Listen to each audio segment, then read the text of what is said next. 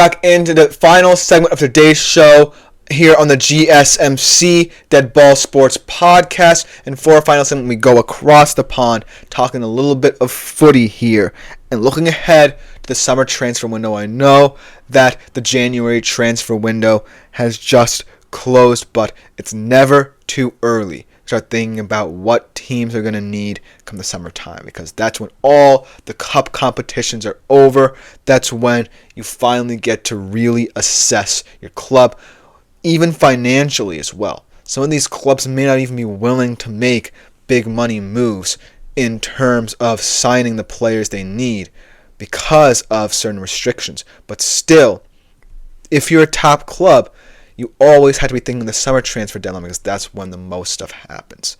And I feel like the teams I'm going to be highlighting all are in an interesting spot. You're going to have a couple of teams here that aren't necessarily going to be contending for cup competitions, domestic competitions perhaps right away with a big move, but would profile better heading into the 2025 to 26 seasons in their respective leagues and countries. But I do think that most of them feel that they're just a couple moves away, whether in terms of offloading certain players and signing certain players to the point where they can actually compete in, say, the Champions League and domestically as well. Without further ado, let's jump right into it. Starting off with a very interesting team that kind of falls in the former camp here, Chelsea. And I think that Chelsea, in terms of how they're going to have to view this quote-unquote rebuild, because they're already firmly in the thick of it, is that you have to sign one or two players that you feel like can profile as starters, or don't sign them at all. Because that's what I don't necessarily think Chelsea has done well in the rebuild. They've signed players, but too much in terms of volume. And I feel like they can't necessarily delineate who deserves to start and who doesn't. And even though Maresca has done a pretty admirable job of keeping them afloat and having them vie for the top 6 this season, I still think they need to sign starter-level players rather than signing players who they think could become that capable and really start to become a team taken seriously. Because also, what those myriad signings did was kind of screw around with the academy, which is previously one of the world's best, and still is.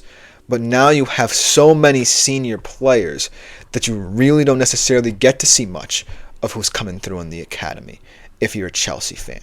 And that was something that Chelsea fans, I believe, look forward to. As Flash said, United better fight hard for housing. I think I'm going to talk about United a little bit later on in this segment, but ultimately, very interesting point here, because United need a lot of things, and a versatile fullback / center back hybrid like Houseman is one of them.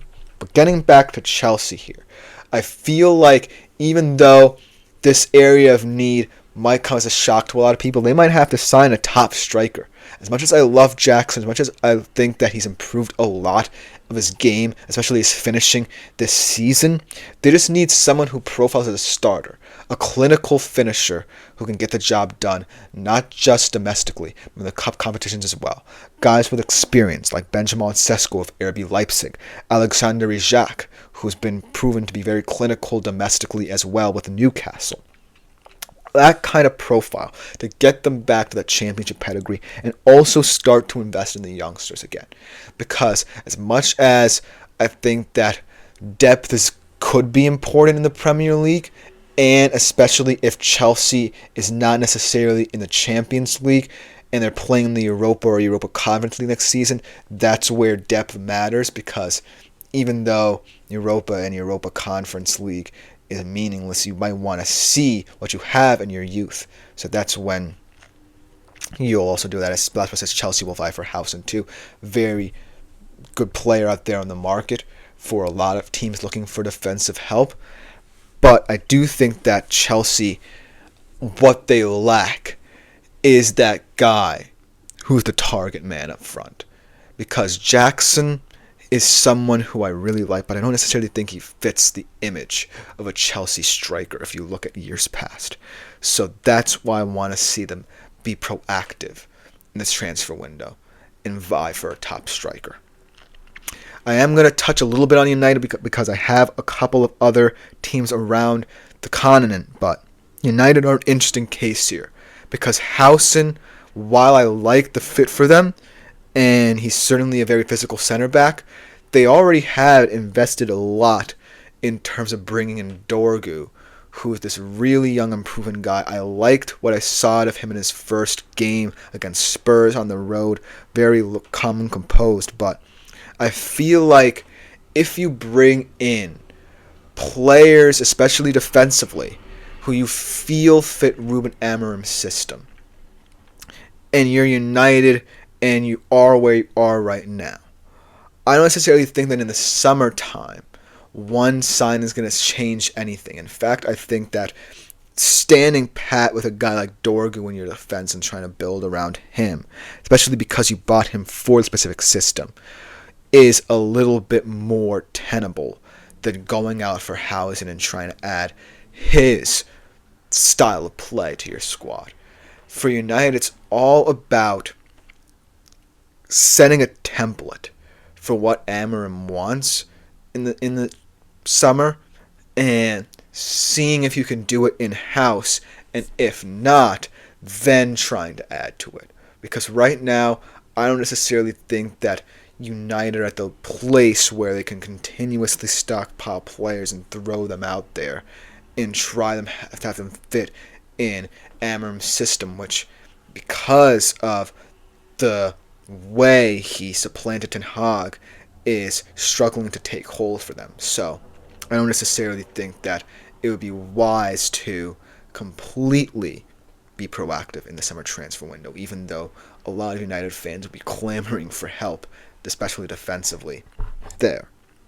Now let's go around the continent, starting off with Barca. Obviously, in terms of Barca and transfer windows, you know that finances are not their strong suit, registration is not their strong suit, but they still vie for some of the world's top players, and as a result, they're building a top squad under Hansi Flick that's only going to improve if they continue to add more pieces. I think what matters, especially for a Hansi Flick coach team, is depth, especially at the positions where these youthful players are starting, like Yamal, like Pedri, like Gavi.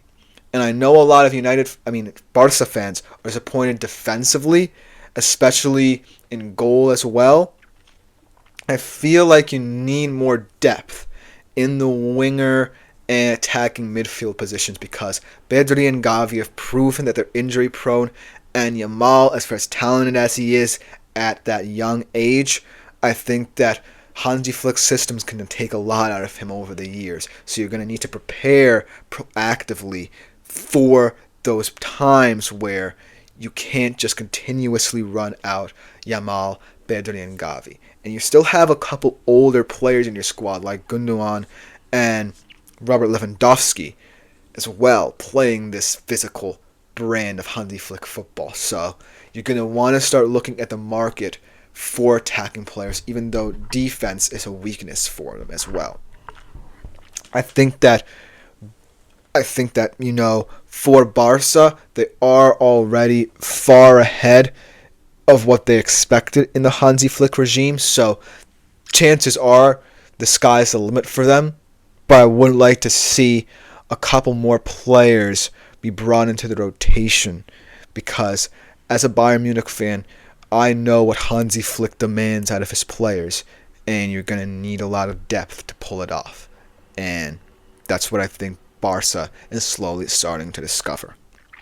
They're at a good spot now, but look for them to add on the wing.